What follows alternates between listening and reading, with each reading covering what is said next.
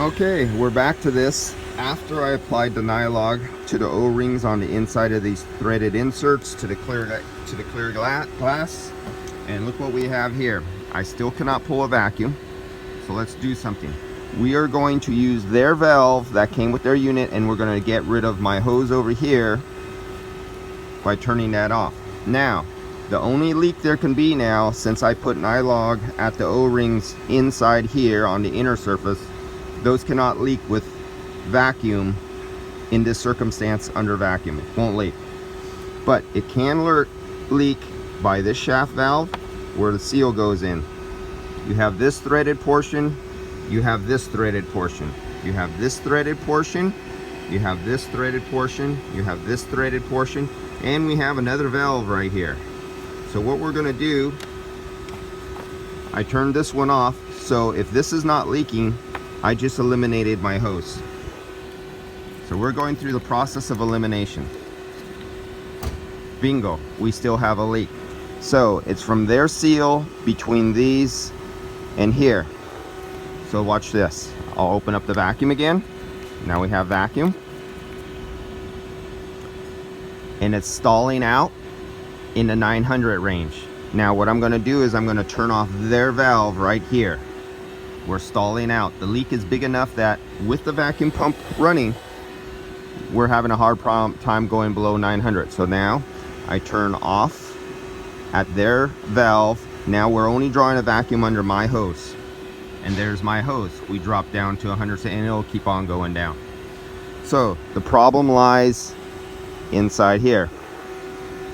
So what you could do that's a little messy is, without taking everything apart, you could apply Nylog under vacuum to each one of these. If you could do it all at one time, or if you're real curious and you want to know which one, I don't have the time to do that. I got 3 more cars here, they're coming here, so I don't have time for this.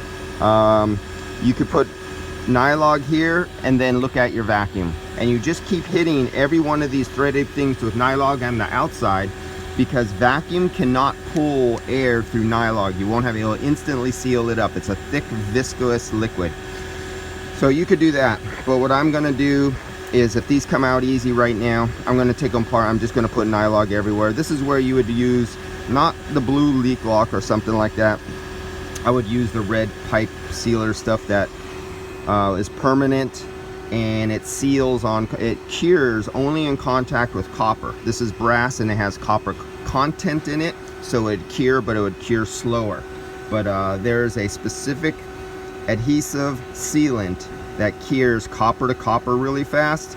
It cures copper to brass, brass to steel, a few other different metals, but they're slower because the copper content is lower inside brass. It cures slower.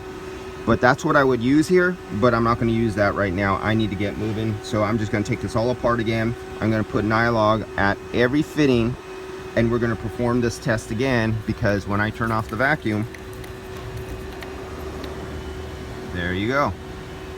So very poor construction from this product. You might as well buy a cheap eBay one and just totally give up. For the price that they're charging for this, a new guy wouldn't see this mistake. He wouldn't catch this, especially if you don't own a micron gauge. I mean, look at this one.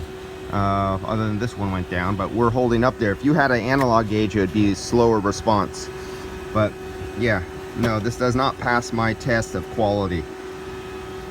Only after the leaks are filled. Okay, let's catch the next video. Catch you on the next one. I'll take it all apart. I'll put Nylog at all the seals.